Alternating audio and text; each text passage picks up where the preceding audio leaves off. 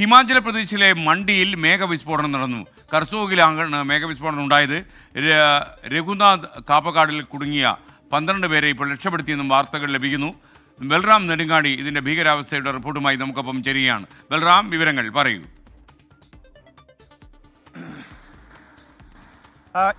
ഹിമാചൽ പ്രദേശിലെ മണ്ടിയിലെ കർസോഗിൽ ഇന്ന് പുലർച്ചെയാണ് മേഘവിസ്ഫോടനം ഉണ്ടായത്.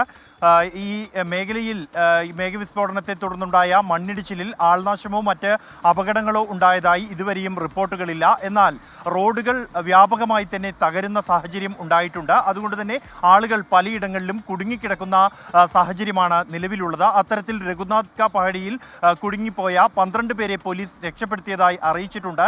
ഈ പ്രദേശത്തേക്ക് കൂടുതൽ രക്ഷാപ്രവർത്തകരെ അയച്ചിരിക്കുന്നു.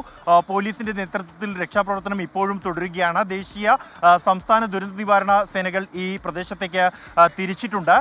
ഉത്തരേന്ത്യയിൽ കഴിഞ്ഞ 7 ദിവസമായി അതിശക്തമായ മഴ തുടരുകയാണ്. എന്നാൽ ഏറ്റവും രൂക്ഷമായ സാഹചര്യമുള്ളത് ഹിമാചൽ പ്രദേശിൽ തന്നെയാണ്. ഇന്ന് ഹിമാചൽ പ്രദേശിലെ ഈ മേഘവിസ്ഫോടനമുണ്ടായ മണ്ടിയിൽ ഇന്നും റെഡ് അലർട്ടാണ് പ്രഖ്യാപിച്ചിരിക്കുന്നത്.